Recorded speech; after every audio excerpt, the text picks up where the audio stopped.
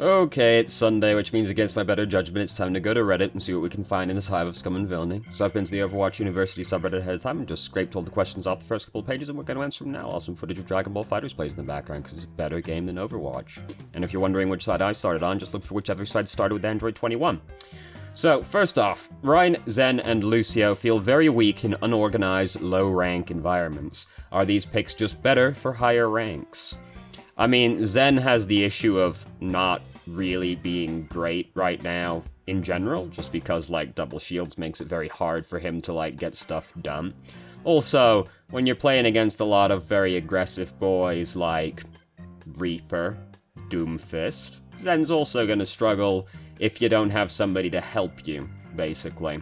So, there's that problem. Ryan and Lucio are just, like, fine at all ranks, though. Ryan can feel bad because you can get, like, bullied by bad men pretty easily, but that's not really a rank-specific issue. That's just kind of a Reinhardt issue, where he's fairly easy for certain people to bully around, i.e. Reaper. We'll get back to that one later. I think, did I write that one down? Maybe we won't get back to that later. Whatever. Anyway. No, wait, we do. We'll get back to that one later. So, like, there's that problem with Reinhardt, but, like, Ryan's definitely fine at low SRs. I would say he's one of the better ones, because people definitely know how to play with a Reinhardt. He's very simple to understand the gist of. Reinhardt himself is also good, just because he has, like, an ultimate that can win a team fight by itself, charges really quickly. And if they're playing Reinhardt against you, if you're better than the other Reinhardt, you'll, like, dunk on their team relatively easily, so Ryan is, like, fine at all SRs, basically. He's the tank I climbed on. I never found him to be that hard at low ranks. I think he's one of the better ones, just because of Earth Shatter, basically. And people generally know to stand behind your shield. Yeah, you know, they're not always gonna do it. Life is hard like that sometimes, but playing Orisa, there's no guarantee people are going to stand behind your shield and, like, fight with you. They might still all run off and do their own thing anyway, so, yeah, whatever. And Lucio, like, I understand the thought with that on Lucio, but, like, the thing with Lucio is mostly just that you want a defensive ultimate, and you can't really pick Zen very freely, as we covered earlier, so Lucio kind of ends up being the only like, defensive ultimate you can really go with. And Speed Boost is always good. Like, Speed Boost is never bad, ever. So that's cool. But, like, defensive ultimates are really important. So, like, you gotta have one. This is why sometimes people run, like, Baptiste instead as the off-healer, because, Immortality Field is, like, good enough in a lot of circumstances, but that's, like, the main thing with Lucio is, like, a defensive ultimate is good, and Lucio's better than a Zenyatta right now, so there you go. But no, they're fine in low ranks, with the exception of maybe Zenyatta, but that's, again, not necessarily a Zenyatta issue, so much as it is just, like, Zen, a meta issue more than anything else, not really a rank issue. I'm so bad. I'm watching this game. I could have killed this guy, like, 3 times. I'm so fucking bad, dude. Anyway, so that's all I got for that one, basically. They're fine. Except Zen, but that's not Zen's fault. So next up is how to climb rank as Mercy. Or as a Mercy main, rather. So the implication in the Reddit thread was that the person basically just spends all their time healing, which is not good to do as Mercy, because Mercy is not a healer. Like, she's not a main healer, right? You're picking, like, if you're picking a main healer, you want to pick Baptiste, Moira, Anna, you know? You don't want to pick Mercy as a main healer. So, this is already the wrong course to go down. Spend all your time as healing. So, you want to play Mercy as an off-healer, really, and then you're trying to use damage boost as much as you can, because damage boost is the reason to pick Mercy. No healer is picked because of their healing. If they were, there would be no reason to ever pick anybody outside of Moira, because she has the highest healing output, bar none. So she would be the way to go. But we don't pick supports just for their healing output. We pick them for their utility. And yes, even Moira has utility. It's the fact that she doesn't die as easily as the other supports do. That's Moira's utility. She also has the most healing through shields, which is helpful right now. Anyway, So, like, you're picking the supports for the utility they bring. Someone in the thread put this really well, where a support's job isn't to heal, strictly speaking, it's to help your team win the fight, which healing is a part of, obviously, but it's not the only part of. It's the same reason that, like, you don't want to be healing in the healing aura as Lucio, you want to be in the speed aura as much as possible, because that's helping you kill the bad men, which is generally preferable. So Mercy, like, you want to leverage the damage boost. So part of this is going to be like a team comp issue, where if there is nobody good to damage boost on your team, then that's going to make it hard as Mercy. Because sometimes your team is going to be something like Orisa, Sigma, Mei, Symmetra. In which case, you don't really have, like, a good DPS to damage boost, so you're going to end up spending a lot of time just, like, damage boosting one of the tanks, basically, unless Symmetra's in, like, a good position or something. Mei is okay to damage, like, it's not incredible, right? But there's no McCree, Ashe, Hanzo, Widow, Pharah, nothing like that, right? So, that's unfortunate when that happens, but... And this is also why you don't want to play Mercy as the main healer. Mercy doesn't output that much healing, first off. Like, as a main healer, she is very lackluster. But also, if you're the main healer as Mercy, you get to spend less time using your damage boost, which is what we're trying to spend as much time possible using. So being the main healer is gonna make that really hard to do, to be honest with you. So you don't want to play Mercy as a main healer if you can avoid it. Sometimes I guess that's gonna end up in happening, in which case life is sad, basically. So yeah, you're looking at leverage damage boost as much as possible, and, like, spend as little time healing as possible. So you want to, you need to get good at, like, identifying the people that are good to damage boost, and when people are in a good position to damage boost. Res is also good utility, but, like, the problem with Res is that your teammates need to die in a convenient location, which they frequently don't, so... Res ends up not being great utility a lot of the time. Surviving is also, like, a big deal. If you're, like, low rank Mercy, just being able to survive is sometimes enough to climb, just because people will spend time, like, they know they should focus you, but they're not really that great at killing you. So if you're good at surviving as Mercy in low ranks, sometimes that's good enough. Survival's a big part of playing all supports, but Mercy... people like to focus Mercy, you know. This is a universal thing. Bullying Mercy feels pretty good. And then the only other thing after that is knowing when it's a good time to go and kill someone, which Mercy can do. You can go and kill people as Mercy. If you're in Valkyrie and you see a support or a DPS that's off by themselves, you can probably kill that guy. It's really hard for most DPS to kill Valkyrie Mercy. For some, it's, like, almost impossible, unless the person is really fucking good. And most supports can't do shit unless they get lucky, so... yeah, like, knowing when to go and kill somebody is also good. Don't do that if it's gonna, like, cost your teammates' lives, but... killing people is good to do, generally speaking. And you can kill people when you're not Valkyrie, as well. I find, in general, Mercy players are very... afraid of pulling out their pistol, which is understandable, but sometimes you have to assert yourself over a DPS that's trying to kill you, because nobody else is helping you, so you gotta show that Genji who's boss. You made Genji.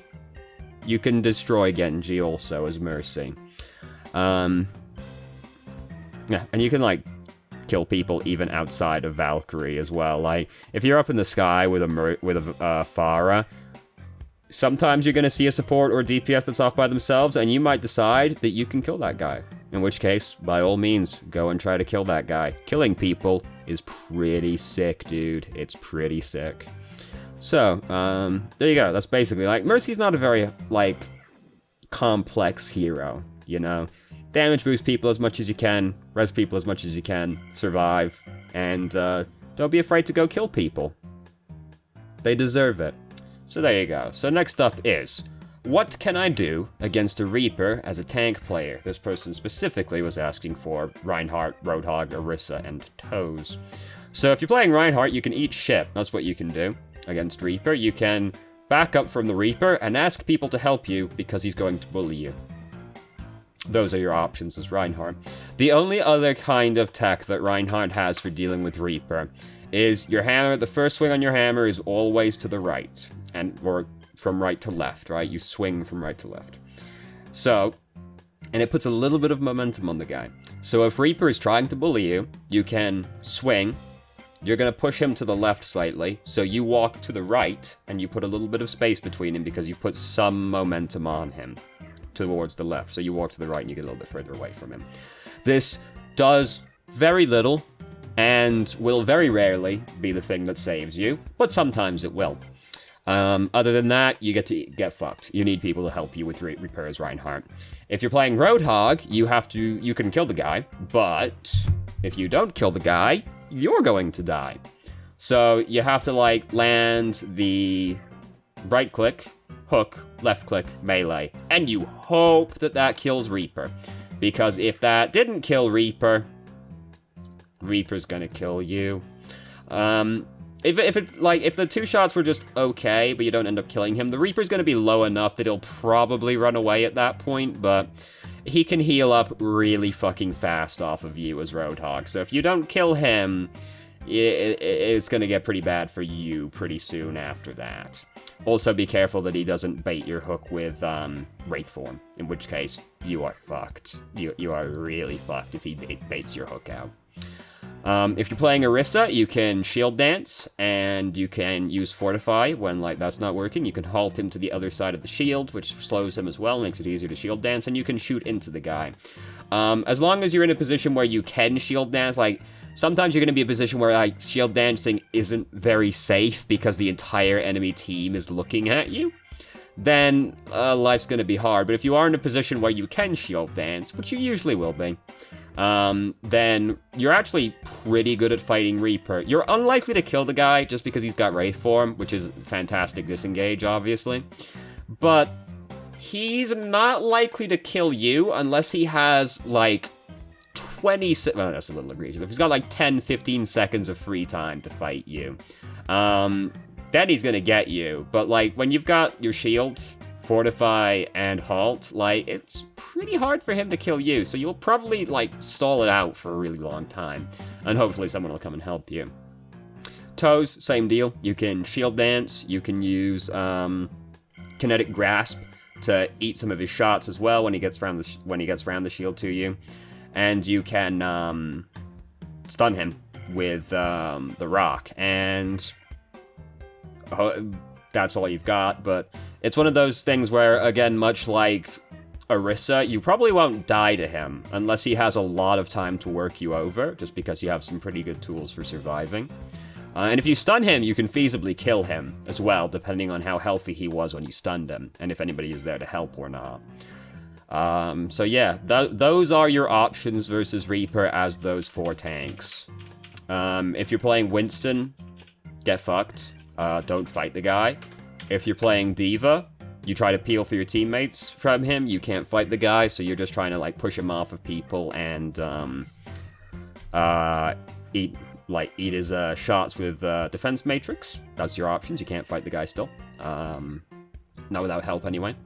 And if you're playing Hammond, don't bother. You can kill him if you're in a really good position, but you probably can't. Don't bother. There you go.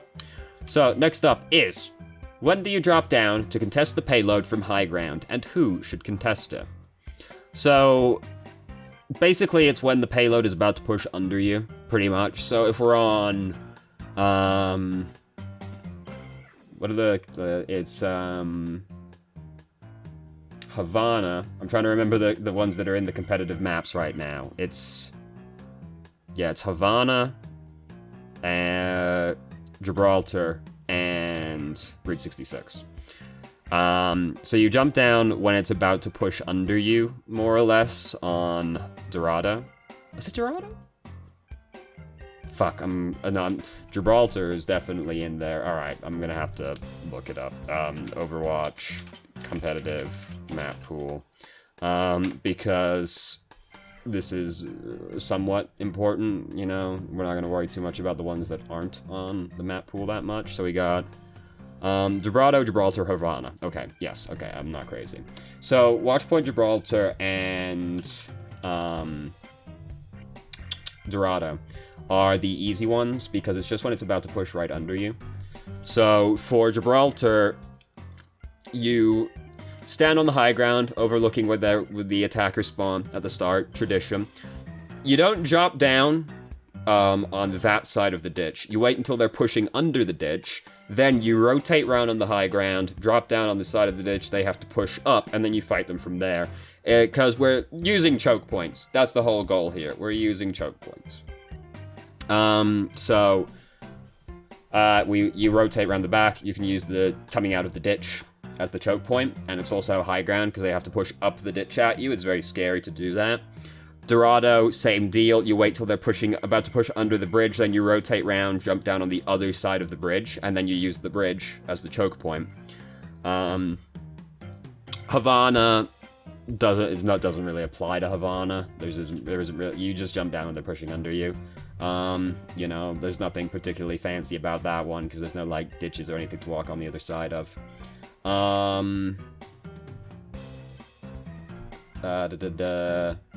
Hollywood, Kings Row, Icon Vault doesn't really apply to those either. They're hybrid maps because there isn't really a high ground thing to contest in there.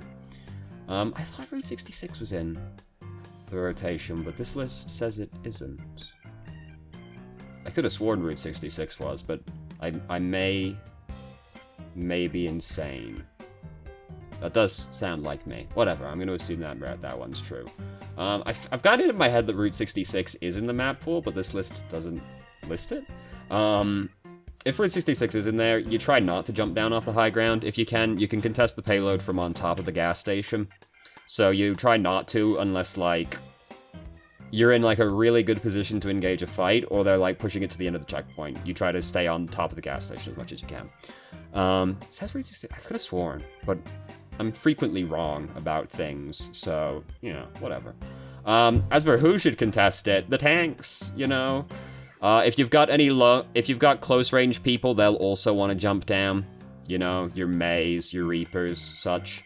Your long range DPS want to try and stay on the high ground if they can, but with, like, Gibraltar and Dorado, it's not super feasible to do that. Just because the high ground for them is going to be, like, on the opposite side of the enemy team.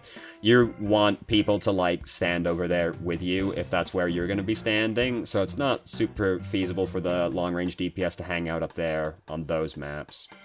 And, like, Gibraltar, you can go and stand on the high ground on the opposite side of the ditch, where you're, like, looking down from, like, the catwalks above the hangar doors, and you can see, like, pretty much everything from there. That's great high ground. So you don't want the long-range DPS to jump down, really. As long as they can stay on the high ground and, like, have a decent line of sight and they're not, like, behind the enemy team. Them staying on the high ground is going to be good still, but, like, you know, Gibraltar, Dorado, not super easy to do that. Yeah, that's who and when, pretty much. Gibraltar and Dorado are the big ones. People always jump down before they get through the bridge or go through the ditch. You want to use the ditch and the bridge as the choke points, so you jump down on the other side of them so that you can use them as the choke points. Overwatch revolves all around choke points. This is why, like, Route 66 also is different, because there isn't really a choke point on the first checkpoint to use, so there you go. Next up is, should I specialize in specifically either hit scan, DPS, or projectile? So, you don't have to. It's not like a mechanically deep enough game where you really have to specialize in one or the other to get shit done. So, you know, some olden times used to be a little bit more this way. But no, you can do hit scan and DPS. It is... Certain people are going to have a certain affinity for one or the other. I personally don't like playing projectile DPS very much. I prefer hit scan. So if you have a specific affinity to projectile or hit scan, which some people do, probably quite a lot of people do, to be honest, then, you know, try to focus on that one as much as you can. But It's more important to me that if you're playing DPS, you're able to play be somewhat versatile, because DPS is the only role that gets to do a lot of counter picking. So having versatility is good in the DPS role specifically. So being able to play a bunch of each is good, but people tend to gravitate to one or the other, and that's fine. You know, if you really like hit-scan DPS or you really like projectile DPS, you know, stick to them. You can play like Pharah, Hanzo, that covers most of your bases, to be honest. Hit-scan DPS, you've got no shortage of choices, you know? So, you don't have to specialize in either of them, but if you particularly like one side or you have an affinity, go for it. It's not necessary, and I recommend you try and stay versatile, but everybody's different. You do you, buddy. You play what you want to play. Next up is being called a DPS Moira when I'm not. What do I do? It's one of the occupational hazards of playing Moira. You're gonna get called a DPS Moira, because the second that your teammates see you sipping someone for longer than 0.5 seconds, DPS Moira. So, you know, it's one of those things where you just kind of have to, like, deal with it. It's not worth the argument because they aren't going to listen to you. Because, you know, chances are, if you're getting called a DPS Moira, your team is doing badly. It's very rare you're going to be getting called DPS Moira when your team's winning. So, this is less of an issue then. So, you know, your team's probably losing, and your teammates are not going to listen to you. They're looking for an excuse, and they saw you sipping for longer than 0.5 seconds, so you're going to be the excuse now. I hope you enjoy it. It's not worth the argument. I love arguing with people, so I'm big into it. I spend a lot of time arguing with people just for fun, mostly. But it's not worth it. It's not worth trying to argue with the people. Just mute them. Just don't interact with them. It's one of those things. You're playing Moira. They're gonna do it. It's just one of those things. It's like when you're playing Widowmaker. Get ready to be blamed the second you lose a checkpoint. The second you lose a checkpoint, they're gonna call you an asshole. You're picking Widow. God damn it, fucking throw in the game. Moira's the same way. You're gonna have people calling you shit when you're losing. If they don't go immediately for the DPS and you're playing Moira, you're next on the list. You're a very high target, a high priority target for blame. So, don't worry about it. Ignore him. Mute him. Such is life. It's one of the hazards of the hero. So, next up, and this is the last question for this week, is why does it seem it's more acceptable to let Sigma's shield break than Rein's? So it's not, it's just people don't care or think about it as much as if they're playing Reinhardt. You don't want either shield to break for the exact same reason that while they're broken, you can't access them. And you always want to have access to your shield, because even a 1 health shield will block an entire self-destruct. So you never want to have no access to your shield at all. So you don't want to let your shield break. It's just people don't think about Sigma's shield the same way they think about Reinhardt's shield, even though they should. It's the exact same thing. Just not physically attached to Reinhardt. That being said, it's less bad if Sigma's shield breaks, just because Sigma brings more value without his shield than Reinhardt does, because he's ranged, he's got, kinetic grasp, he's got the stun, he's got more going for him than Reinhardt does, so it's not as bad if Sigma's shield breaks, but you don't want Toe's shield to break for the exact same reason. It's just people think about his shield like it's Orissa's shield, when they should be thinking about it like it's Reinhardt's shield. There you go. So that was the last question for this week, and now we've got to wait for this game to finish. It doesn't look like it's going to be very long. Conveniently, so I don't have a controller again, so I haven't actually been able to play Fighters for a while, but conveniently I played a lot of it, so I still have a lot of replays that we can use until I get a replacement controller, which God knows how long that'll be. I had a controller for all of like 3 days, and then it was taken from me once again. Such is life. Broly's almost out. That's pretty sick. Broly's already out, technically. Dragon Ball Super Broly is almost out. And then once Broly's been released, it will be time for us to hear about the next season of DLC, which I have no doubt is coming for Fighters, because game's made a fair chunk of money. And people will buy the DLC. And that's probably it. Probably won't be more than 3 seasons, but hopefully they'll announce a Fighters 2 or Fighters Revelator or some shit. You know how Arc System Works is. I would like to see more of the video game. It's a very good video game. I really hope that other series like Dragon Ball get this kind of fighting game. Because, like, there are no good One Piece games, dude. One Piece would be perfect for this kind of like tag fighting game. It would be sick, dude. You know, we could do the other ones as well. You know, we could do Naruto, I guess, you know. I think One Piece would be fucking sick if it got like a Dragon Ball FighterZ type game. It would be fucking sick, dude. And it would be great to style on people with Usopp. Anyway, so thank you very much for watching. If you did, if you have any questions, feel free to ask. More than happy to answer. If you haven't already, you can join our Discord, ask questions more directly, and have a conversation about them, or just shitpost with us. I've started streaming on Twitch Thursday, Friday, Saturday, 8 p.m. EST till midnight EST. There's links to the channel in the description. And if you managed to make it all the way through the video and somehow still enjoyed it, please like the video and subscribe for more content of middling quality in the future. And I hope you found the video helpful.